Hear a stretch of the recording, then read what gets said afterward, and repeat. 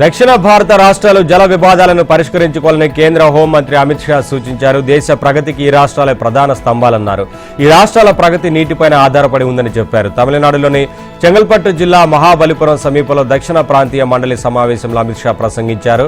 ఒకరి రాష్ట్ర ప్రయోజనాలను కాపాడుకోవడం తప్పు కాదని, అయితే రాష్ట్రాలు ఏళ్ల తరబడి నీటి కొరతను ఎదుర్కొంటుండగా ఆ నీరు సముద్రంలోకి వృధాగా పోతుంటే ఎవరికీ ప్రయోజనం చేకూరదని స్పష్టం చేశారు. కేంద్ర జలశక్తి, హోంశాఖలు, అంతర్రాష్ట్ర మండలి, ఆయా రాష్ట్రాల భాగస్వామ్యంతో జరిగే సంయుక్త సమావేశాల ద్వారా దక్షిణ రాష్ట్రాలకు సంబంధించి పెండింగ్లో ఉన్న నీటి సమస్యలను త్వరితగతిన పరిష్కరించాల్సిన అవసరం ఉందన్నారు. ఉత్తర భారతదేశంలో నదీ జలాల పంపిణీకి సంబంధించిన 8 సమస్యల్లో 5 బ్రిటిష్ పూర్వకాలం నుంచే కొనసాగుతున్నాయని, 5 నెలల క్రితం వీటిపై తుది ఒప్పందం కుదిరిందన్నారు. బ్రహ్మపుత్ర నుంచి గోదావరి, కావేరి వరకు ప్రధాన నదులను అనుసంధానించడం ద్వారా రాబోయే 100 ఏళ్ల పాటు దేశం నీటి కొరతను ఎదుర్కొనకుండా చూడవచ్చన్నారు.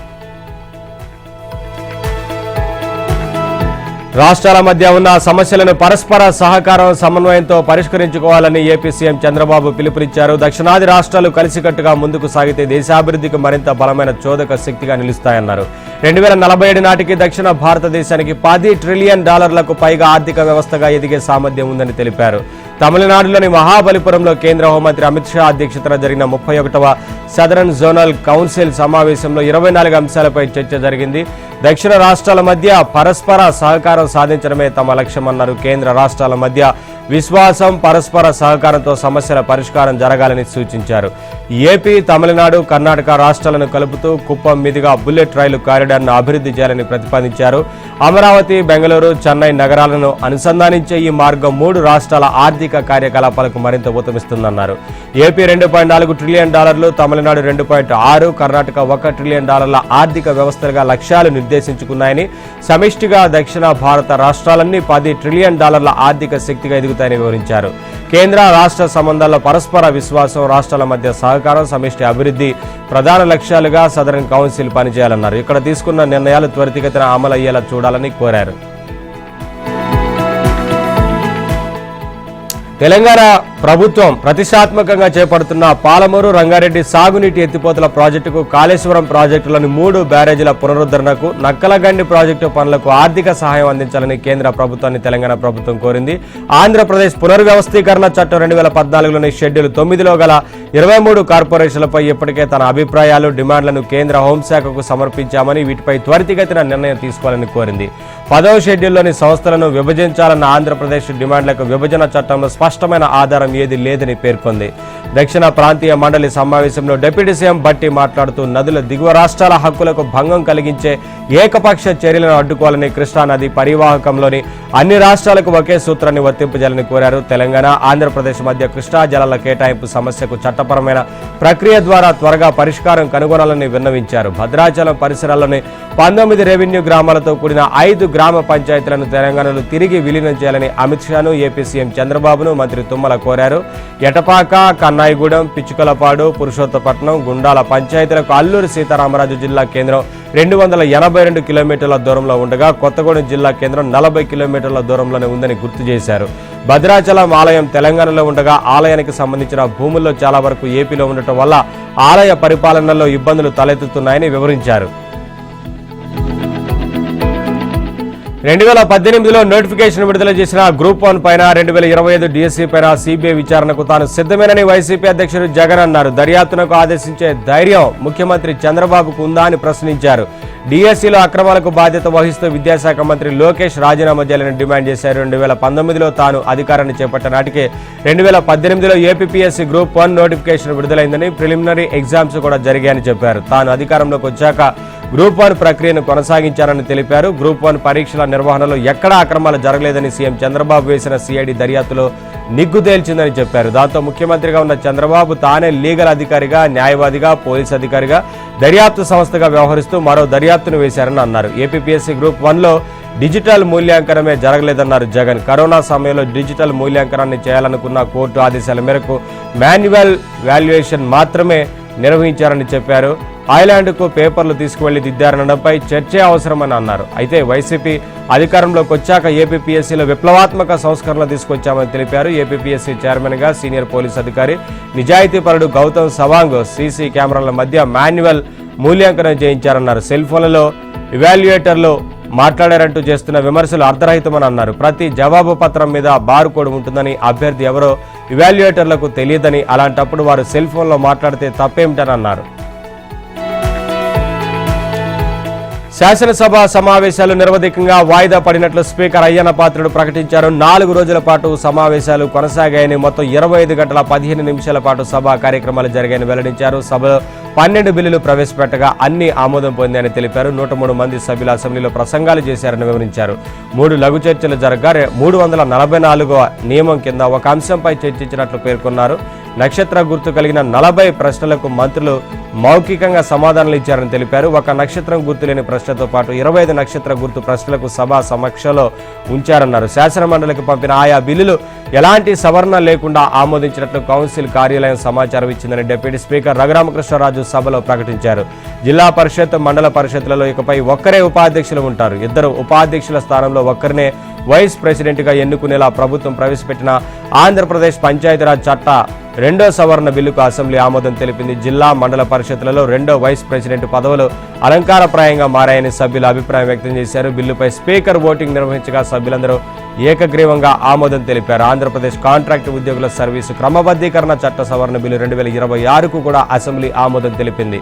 ప్రభుత్వ శాఖల్లో పనిచేస్తున్న అర్హులైన కాంట్రాక్ట్ ఉద్యోగుల సర్వీసును క్రమబద్ధీకరించేందుకు ప్రతిపాదించిన ఈ బిల్లును ఆర్థిక మంత్రి పయ్యావుల కేశవ్ ప్రవేశపెట్టారు. చర్చ లేకుండానే సభ్యులందరూ ఏకగ్రీవంగా ఆమోదించారు. ఏపీ శాసన మండలి సమావేశాలు 4 రోజుల పాటు జరిగాయి. చివరి రోజు 10 బిల్లులను మండలి ఆమోదించింది. వైసీపీ సభ్యుల ఆందోళనల మధ్య ప్రభుత్వం బిల్లులు ప్రవేశపెట్టింది. మంత్రి నారాయణ అమరావతి బిల్లులు ప్రవేశపెట్టగానే సభ్యులు నినాదాలు చేస్తూ చైర్మన్ పోడియం చుట్టుముట్టారు. దీంతో మంత్రి నినాదాల మధ్య బిల్లులను ప్రవేశపెట్టారు. మేయర్, మున్సిపల్ చైర్మన్లను ప్రత్యక్ష ఎన్నికలు, పట్టణాల్లో ఆస్తులను ఆటోమేటేషన్ విధానంలోకి తీసుకొచ్చే చట్ట సవరణలకు ఆమోదం లభించింది. ఉప ముఖ్యమంత్రి పవన్ కళ్యాణ్ తరపున పంచాయతీరాజ్ చట్టంలోని 2వ సవరణ బిల్లును కూడా మంత్రి నారాయణ సభలో ప్రవేశపెట్టారు. అనంతరం మంత్రి పయ్యావుల కేశవ్ కాంట్రాక్టు ఉద్యోగుల చట్ట సవరణ బిల్లును ప్రవేశపెట్టగా ఆమోదం లభించింది. ఆ తర్వాత మంత్రి నారా లోకేష్ విద్యాశాఖకు సంబంధించిన బిల్లులు ప్రవేశపెట్టారు. ఆ సమయంలో వైసీపీ సభ్యులు మండలి చైర్మన్ ముఖానికి ప్లకార్డులు అడ్డుపెట్టి నినాదాలు చేశారు. దీంతో చైర్మన్ బిల్లు పత్రాలు చదివేందుకు కూడా వీలు కాలేదు. తప్పనిసరి పరిస్థితుల్లో సభను కాసేపు వాయిదా వేశారు. సభ మళ్లీ ప్రారంభం కాగానే వైసీపీ సభ్యుల నినాదాలు చేశారు. గ్రంథాలయాల సవరణ చట్టం, ఉన్నత విద్యా నియంత్రణ పర్యవేక్షణ బిల్లు, ప్రైవేటు విశ్వవిద్యాలయాల స్థాపన బిల్లు, ఉపాధ్యాయుల క్యాడర్లో మార్పులు చేస్తూ బిల్లులను లోకేష్ ప్రవేశపెట్టగా సభ ఆమోదం లభించింది.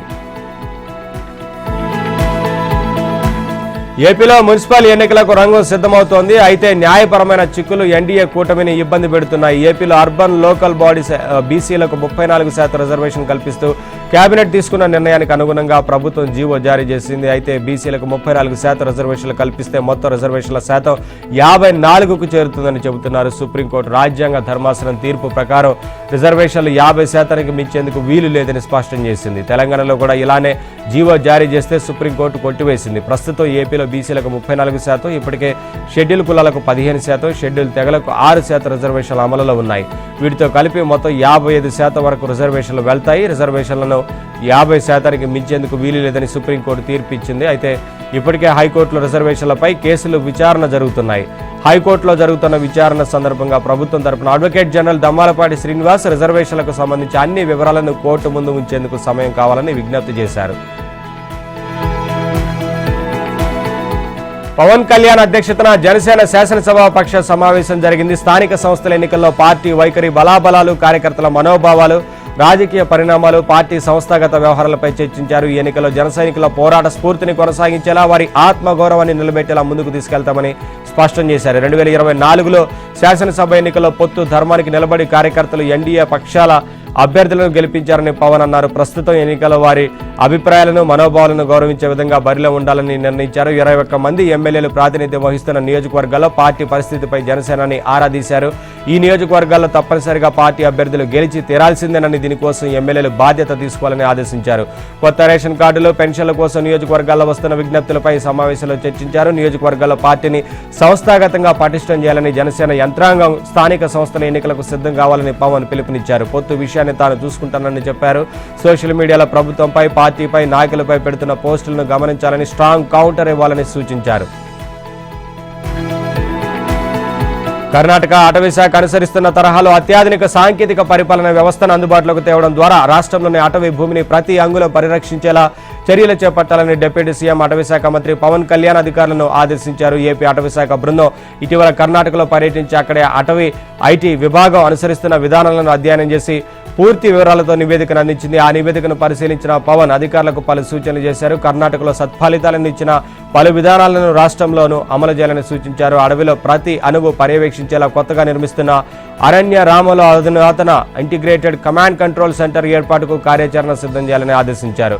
Jio spatial dash board, drone ఆధారిత పర్యవేక్షణ, కెమెరాల ట్రాప్ ద్వారా వన్యప్రాణుల సంఖ్య లెక్కింపు, అటవీ మార్గాల్లో ప్రయాణించే వాహనాల ట్రాకింగ్, గస్తీ, అడవుల్లో అగ్ని ప్రమాదాలు, మానవ వన్యప్రాణుల ఘర్షణ తదితర ఘటనలపై ఐసీసీసీ నుంచి పర్యవేక్షణ జరగాలని నిర్దేశించారు. అటవీశాఖ సిబ్బందిలో జవాబుదారీతనం పెంచేలా కర్ణాటకలో మాదిరిగా ఈ గస్తు మొబైల్ అప్లికేషన్ ఉపయోగపడుతుందన్నారు. అటవీ సరిహద్దు గ్రామాల్లో పంట నష్టానికి పరిహారం చెల్లించే ప్రక్రియను డిజిటలీకరణ చేయాలని పవన్ ఆదేశించారు.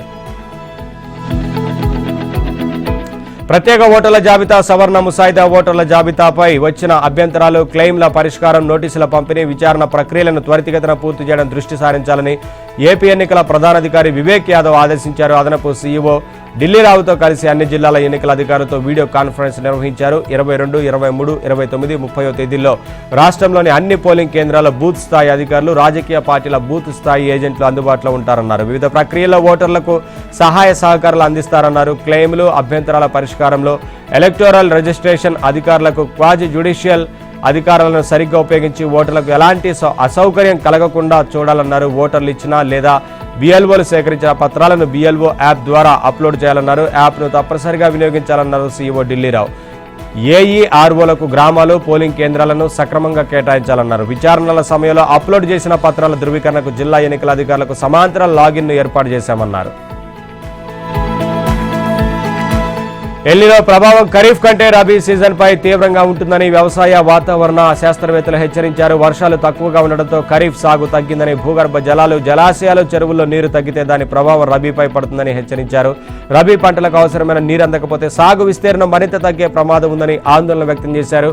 ఆచార్య ఎన్జీ రంగా వ్యవసాయ విశ్వవిద్యాలయంలో ఉపకులపతి విపివి సత్యనారాయణ అధ్యక్షతన ఎల్నినో 2026 కార్యాచరణ ప్రణాళిక వర్క్షాప్ జరిగింది. దేశంలోని వివిధ ప్రాంతాలకు చెందిన వ్యవసాయ వాతావరణ శాస్త్రవేత్తలు వివిధ అంశాలపై విస్తృతంగా చర్చించారు. ఎల్నినో మరింత బలపడే సూచనలు ఉండటం, రాష్ట్ర వ్యాప్తంగా వర్షపాత లోటు కొనసాగడం, ఖరీఫ్ సాగు విస్తీర్ణం తగ్గిపోవడంతో వచ్చే రబీ సీజన్పై ముందుగానే అప్రమత్తం కావాలని చెప్పారు. ఆగస్టు 13న నవీకరించిన అంచనాల ప్రకారం సెప్టెంబర్, అక్టోబర్, నవంబర్, డిసెంబర్లో అత్యంత బలమైన ఎల్నినో ఏర్పడే అవకాశం 95% ఉంది. 2026-27లను ఎల్నినో కొనసాగే అవకాశాలు ఉన్నట్లు అంచనాలు సూచిస్తున్నాయి. ఐఎండీ కూడా ఎల్నినో పరిస్థితులు కొనసాగుతున్నాయని, ఇవి బలపడే అవకాశం ఉందని తాజా నివేదికలో పేర్కొంది.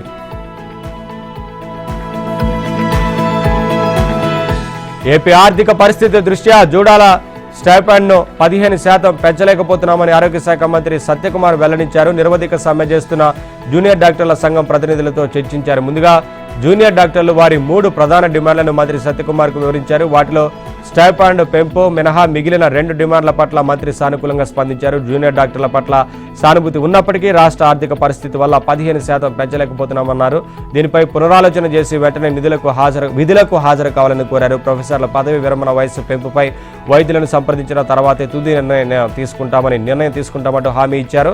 నేషనల్ మెడికల్ కమిషన్ మార్గదర్శకాల అమలు, దూర ప్రాంతాల్లోని బోధనా ఆసుపత్రుల్లో ఖాళీలు భర్తీ కాని పక్షంలోనే నాన్ క్లినికల్ పోస్టులను ఎంఎస్సీ, పిహెచ్డీ అర్హత కలిగిన వారితో భర్తీ చేయాల్సి వస్తుందని వివరించారు. స్టైపెండ్ పెంపు విషయంలో హౌస్ సర్జన్లకు ఈ ఒక్క ఏడాదికి 5%, వచ్చే ఏడాది నుంచి 3% పెంచాలని ప్రభుత్వం నిర్ణయించిందని చెప్పారు. పీజీ, సూపర్ స్పెషాలిటీ వైద్యులకు ఈ ఏడాది 3% పెంచుతామన్నారు.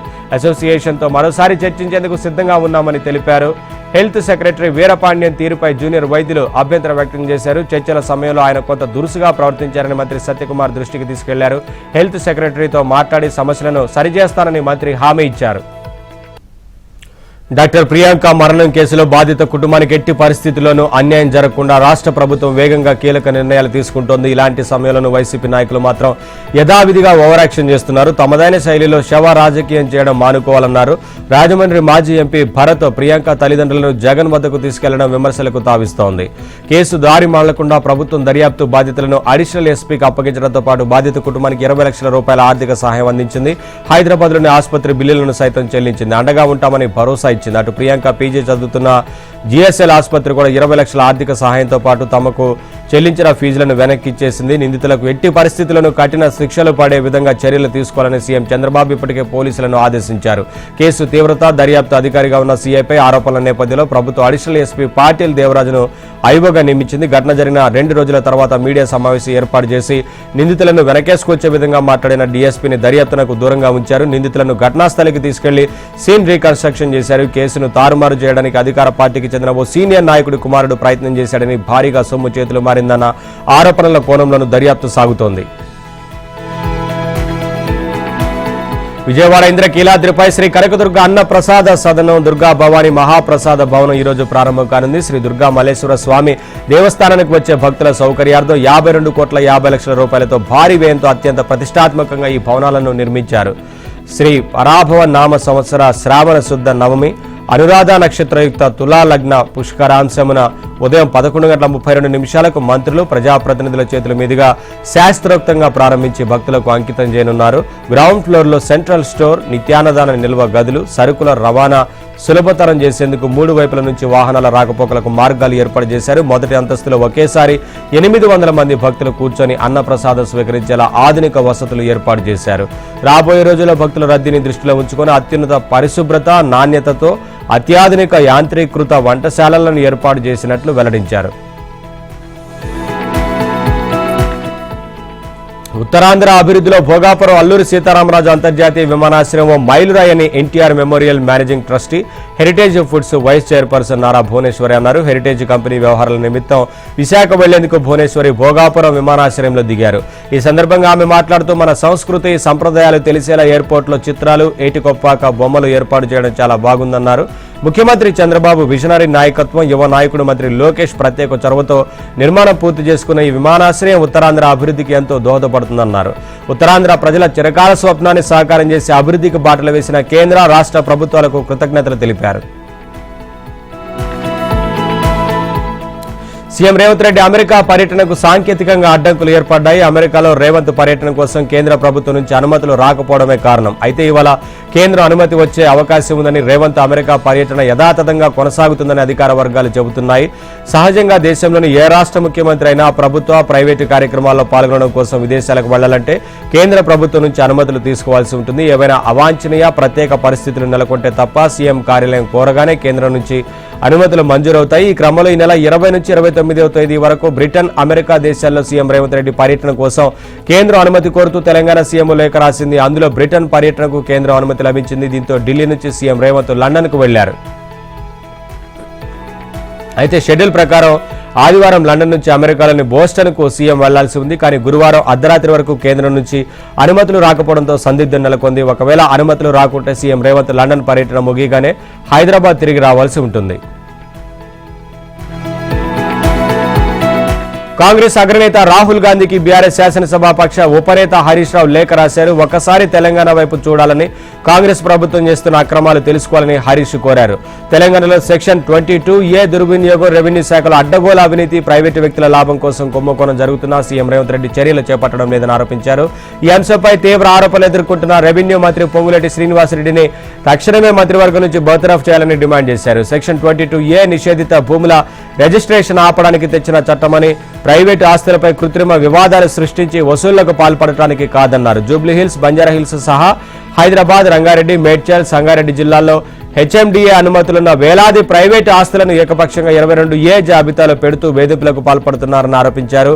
ఓవరాల్ చుట్టుపక్కల భూములపై వివాదాలు సృష్టించి రాజకీయ పలుకుబడి ఉన్న బినామీ సంస్థలతో 50-50 జాయింట్ డెవలప్మెంట్కు ఇవ్వాలని యజమానులపై తీవ్ర ఒత్తిడి తెస్తున్నారన్నారు. 2023 డిసెంబర్ నుంచి ఇప్పటి వరకు నిషేధిత జాబితాలో చేర్చిన, తొలగించిన ప్రతి భూమిపైన రిటైర్డ్ హైకోర్టు న్యాయమూర్తితో స్వతంత్ర విచారణ జరిపించాలన్నారు. సుస్మిత వ్యాఖ్యల మీద ఇచ్చిన నోటీసులపై మంత్రి కొండా సురేఖ టీపీసీసీ క్రమశిక్షణ కమిటీకి లేఖ రాశారు. తన కుమార్తె సుస్మిత వ్యాఖ్యలు పూర్తిగా ఆమె వ్యక్తిగత అభిప్రాయాలని, ఈ వ్యవహారంలో తన ప్రమేయం లేదనేది గుర్తించాలన్నారు. సుస్మిత వ్యాఖ్యలకు తనను బాధ్యురాలని చేయడం సరికాదని లేఖలో తెలిపారు. కాంగ్రెస్ నాయకత్వం, పార్టీ నియమావళిపై తనకు గౌరవం ఉందని షోకాజ్ నోటీసును ఉపసంహరించుకోవాలని కొండా సురేఖ పేర్కొన్నారు. ఇదే సమయంలో తన వ్యాఖ్యలతో తన తల్లి కొండా సురేఖకు సంబంధం లేదని సుస్మిత స్పష్టం చేశారు. కొండా సుస్మిత వ్యాఖ్యలు బాధాకరమని తీవ్రంగా ఖండిస్తున్నామని టీపీసీసీ అధ్యక్షుడు మహేష్ గౌడ్ అన్నారు. కాంగ్రెస్ లో ప్రతి ఒక్కరూ పార్టీ విధానాలకు అనుగుణంగా పనిచేయాల్సిందేనని మహేష్ గౌడ్ తేల్చి చెప్పారు. కొండా సుస్మిత వ్యాఖ్యల వల్ల కొండా సురేఖ తలదించుకోవాల్సి వస్తోందని కాంగ్రెస్ మహిళా లీడర్లు మండిపడ్డారు. అసలు సుస్మిత కాంగ్రెస్ పార్టీకి ఏం చేశారని టికెట్ ఆశిస్తున్నారని ప్రశ్నించారు. సీఎం రేవంత్ రెడ్డిని ఇష్టం వచ్చినట్లు తిడితే సహించేది లేదని హెచ్చరించారు. మరోవైపు మంత్రి కొండా సురేఖ మాజీ ఓఎస్డీ సుమంత్పై హత్యాయత్నం కేసు నమోదైంది. తన పేరిట ఆర్థిక లావాదేవీలు నిర్వహిస్తున్నాడన్న ఆరోపణలతో రియల్టర్పై ఇనుప రాడ్లతో దాడి చేశారన్న ఫిర్యాదుతో జూబ్లీహిల్స్ పోలీసులు ఎఫ్ఐఆర్ నమోదు చేశారు. హైదరాబాద్లోని కాసు బ్రహ్మానందరెడ్డి జాతీయ పార్కు చుట్టూ రోడ్డు విస్తరణ పనుల కోసం ఎకో సెన్సిటివ్ జోన్ పరిధిలో చెట్లను నరికివేయడంపై సుప్రీంకోర్టు గతంలో ఇచ్చిన స్టేను పొడిగించింది. కేబీఆర్ పార్కు ఈఎస్జెడ్లో చెట్ల నరికివేతపై స్టే విధించాలని కోరుతూ కాజల్ మహేశ్వరి తెలంగాణ హైకోర్టును ఆశ్రయించారు. కేబీఆర్ పార్కు పరిసరాల్లో ఎలాంటి నియంత్రణ లేని నిర్మాణ పనులు జరుగుతున్నాయని, పర్యావరణానికి శాశ్వత నష్టం జరగకుండా చూడడానికి తక్షణ జోక్యం చేసుకోవాలని కోరారు. అయితే హైకోర్టు తక్షణ స్టే ఇవ్వడానికి బదులుగా ఈఎస్జెడ్లో ఏ పనులకు అనుమతి ఉంది, వేటిని నియంత్రించాలి లేదా నిషేధించాలి అనే అంశాలపై పరిశోధన చేసి వివరాలు సమర్పించాలని పిటిషనర్లనే ఆదేశిస్తూ విచారణను వాయిదా వేసింది. హైకోర్టు తీర్పును సవాల్ చేస్తూ పిటిషనర్ సుప్రీంకోర్టును ఆశ్రయించారు. పార్కు చుట్టూ 25 నుంచి 35 కిలోమీటర్ల బఫర్ జోన్ పరిధిలో ఎట్టి పరిస్థితులను చెట్లను నరకరాదంటూ మే 18న సుప్రీంకోర్టు మధ్యంతర ఉత్తర్వులు జారీ చేసింది. అయితే రాష్ట్ర ప్రభుత్వం నుంచి సూచనలు, వివరణ తీసుకోవాల్సిన అవసరం ఉన్నందున కొంత సమయం కావాలని ప్రభుత్వ న్యాయవాది కోరారు. ఈ విజ్ఞప్తిని పరిగణలోకి తీసుకున్న ధర్మాసనం తదుపరి విచారణను ఈ నెల 24కు వాయిదా వేసింది. కానిస్టేబుల్ నుంచి ఐపీఎస్ వరకు అవినీతి ఆరోపణలు వచ్చిన వారెంతటి వారైనా వదిలిపెట్టేది లేదని విచారణ జరిపి కఠిన చర్యలు తీసుకుంటామని డీజీపీ సిబి ఆనంద్ హెచ్చరించారు. పోలీస్ శాఖలోని వివిధ విభాగాల్లో పునర్వ్యవస్థీకరణకు శ్రీకారం చుట్టామని, జవాబుదారీతనంతో కూడిన పోలీసింగ్ను రాష్ట్రంలో అమలు చేస్తున్నామని వెల్లడించారు. అందుబాటులో ఉన్న పోలీస్ సిబ్బంది విద్యార్హతలను పరిశీలించి ఉన్నత విద్యావంతులైన వారికి కొత్తగా ఏర్పాటు చేస్తున్న సాంకేతిక విభాగాల్లో ప్రాధాన్యం ఇవ్వాలంటూ సీఎం రేవంత్ ఇచ్చిన ఆదేశాలను ఆచరణలోకి తీసుకొచ్చేందుకు ప్రయత్నిస్తున్నామని వివరించారు. కానిస్టేబుల్స్, ఎస్ఐల్లో పీజీలు, డబుల్ పీజీలు చేసిన వారున్నారని, ఆధునిక సాంకేతిక పోలీసింగ్లో వారి సేవలు కీలకం కాబోతున్నాయన్నారు. ఎన్నో ఏళ్ల నాటి విధి విధానాలు, నిబంధనలను ఒకదాటిని తర్వాత ఒకటి మార్చుకుంటూ ఆధునిక సాంకేతిక పోలీసింగ్ వైపు ప్రయాణించాల్సిన సమయం వచ్చిందన్నారు. డిగ్రీ, పీజీ చేసిన వారు సైతం కానిస్టేబుల్గా సాధారణ విధులు నిర్వహిస్తున్నారన్నారు. ఇకపై వీరిని యూనిట్ల వారీగా గుర్తించి పోలీస్ శాఖలో కొత్తగా ఏర్పాటు చేసిన T safe, cyber security bureau, eagle force, vigilance enforcement, traffic విభాగాల్లో చదువుకు తగిన పని అప్పగించారు. వందే మాతరం ఇప్పుడు కాంగ్రెస్, బీజేపీ మధ్య మరోసారి రాజకీయ అస్త్రంగా మారింది. 1937 నాటి నిర్ణయాన్ని కొనసాగిస్తూ పార్టీ కార్యక్రమాల్లో వందే మాతరం తొలి 2 చరణాలనే ఆలపించాలని కాంగ్రెస్ వర్కింగ్ కమిటీ తేల్చింది. దీనిపై కేంద్ర హోంమంత్రి అమిత్ షా తీవ్ర స్థాయిలో విరుచుకుపడ్డారు. కాంగ్రెస్ మరోసారి బుజ్జగింపు రాజకీయాలను తెరపైకి తెస్తోందని ఆరోపించారు. దీనికి కాంగ్రెస్ కూడా అదే స్థాయిలో కౌంటర్ ఇచ్చింది. కాంగ్రెస్ నిర్ణయాన్ని దేశ వ్యతిరేకంగా అభివర్ణించారు కేంద్ర హోంమంత్రి అమిత్ షా. రాహుల్ గాంధీ, ఖర్గే నాయకత్వంలో కాంగ్రెస్ మళ్లీ బుజ్జగింపు రాజకీయాలను ప్రోత్సహిస్తోందని ఆరోపించారు. 1937లో ముస్లింలను బుజ్జగించేందుకు వందే మాతరం విషయంలో తీసుకున్న నిర్ణయాన్ని ఇప్పుడు కాంగ్రెస్ పునరావృతం చేస్తోందని అన్నారు. ఆ నిర్ణయం దేశ విభజనకు దారితీసిన చారిత్రక తప్పిదాల్లో ఒకటని అమిత్ షా ఆరోపించారు. అమిత్ షా వ్యాఖ్యలపై కాంగ్రెస్ నేతలు మండిపడుతున్నారు. వందే మాతరం గీతాన్ని 1892 నుంచే ఆలపిస్తున్నారని, 1937లో 2 చరణాలు మాత్రమే పాడాలని తీర్మానం చేసినట్లు చెబుతున్నారు. మహాత్మా గాంధీ, జవహర్ లాల్ నెహ్రూ, సర్దార్ పటేల్, మౌలానా అబుల్ కలాం ఆజాద్ వంటి నాయకుల కాలంలో నిర్ణయం జరిగిందన్నారు. నలుగురు బాలికలపై అత్యాచారానికి పాల్పడిన ఓ మత బోధకుడికి పోక్సో కోర్టు 4 మరణ శిక్షలు విధించింది. తమిళనాడులోని తిరునల్వేలి జిల్లా మేల్ ఇలందైకులం ప్రాంతంలో ప్రార్థనా మందిరాన్ని నడుపుతున్న అబ్రహం అనే మత బోధకుడు సెలవుల సమయంలో నైతిక విలువలకు సంబంధించిన తరగతుల సాకుతో బాలికలను లైంగికంగా వేధించి అత్యాచారానికి పాల్పడ్డాడు. ఆ బాలికలు తమ తల్లిదండ్రులకు విషయాన్ని వివరించడంతో వారు గంకాయికొండలో పోలీసులకు ఫిర్యాదు చేశారు. కేసు నమోదు చేసిన పోలీసులు నిందితుడిని అరెస్టు చేసి జైలుకు పంపారు. ఈ కేసును విచారించిన తిరునల్వేలి జిల్లా పోక్సో ప్రత్యేక కోర్టు న్యాయాధికారి సురేష్ కుమార్ అబ్రహంకు 4 మరణ శిక్షలు విధిస్తున్నట్లు తీర్పు చెప్పారు. నిందితుడికి 52,000 జరిమానా విధించారు. అత్యాచారానికి గురైన బాలికలు ఒక్కొక్కరికి 10 లక్షల చొప్పున పరిహారం చెల్లించాలని తమిళనాడు ప్రభుత్వాన్ని ఆదేశించారు. కాగా బాలికలపై అబ్రహం వేధింపులు 2019 కోవిడ్ లాక్డౌన్ సమయంలోనే ప్రారంభమయ్యాయని, 2022లో అతని నిర్వాకంపై ఓ బాలిక తన తల్లిదండ్రులకు ఫిర్యాదు చేసే వరకు కొనసాగాయని పోలీసులు తెలిపారు. ఈ వేధింపుల గురించి ఎవరికి చెప్పవద్దని బాధితులను నిందితుడు తీవ్రంగా బెదిరించారని చెప్పారు.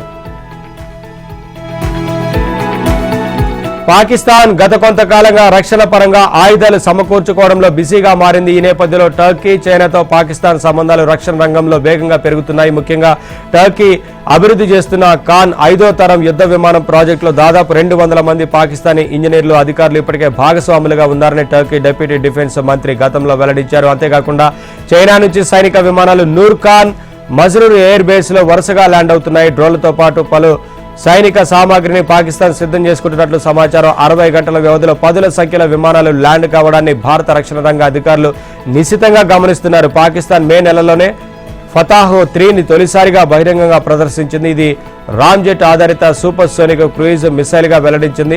అయితే ఇప్పటివరకు దాని ఆపరేషనల్ టెస్ట్ కు సంబంధించి బహిరంగంగా ధృవీకరించబడిన సమాచారం పరిమితంగానే ఉంది. అయితే మిసైల్ పరీక్షపై నోటం జారీ చేయడం సంచలనంగా మారింది. ఇదే సమయంలో చైనా, టర్కీతో పాకిస్తాన్ రక్షణ సంబంధాలు కూడా చర్చనీయాంశంగా మారాయి. యుద్ధ విమానాలు, క్షిపణులు, డ్రోన్లు, రక్షణ సాంకేతికతలో ఇరు దేశాల మధ్య సహకారం కొనసాగుతోంది. ఇలా ఉంటే భారత్, పాకిస్తాన్ మధ్య దౌత్య ఉద్రిక్తతలకు మరో తాజా ఉదాహరణ ఢిల్లీలో కనిపించింది. న్యూఢిల్లీలోని పాకిస్తాన్ హై కమిషన్ బయట ఉన్న అనధికారిక నిర్మాణాలు, బారికేడ్లు, టిన్ షెడ్లు, ఇతర ఆక్రమణలను మున్సిపల్ అధికారులు తొలగించారు. ఈ చర్య ఇస్లామాబాద్లోని భారత హై కమిషన్ బయట పాకిస్తాన్ అధికారులు భద్రతా బారికేడ్లను తొలగించిన కొన్ని రోజుల తర్వాత ఇది జరిగింది.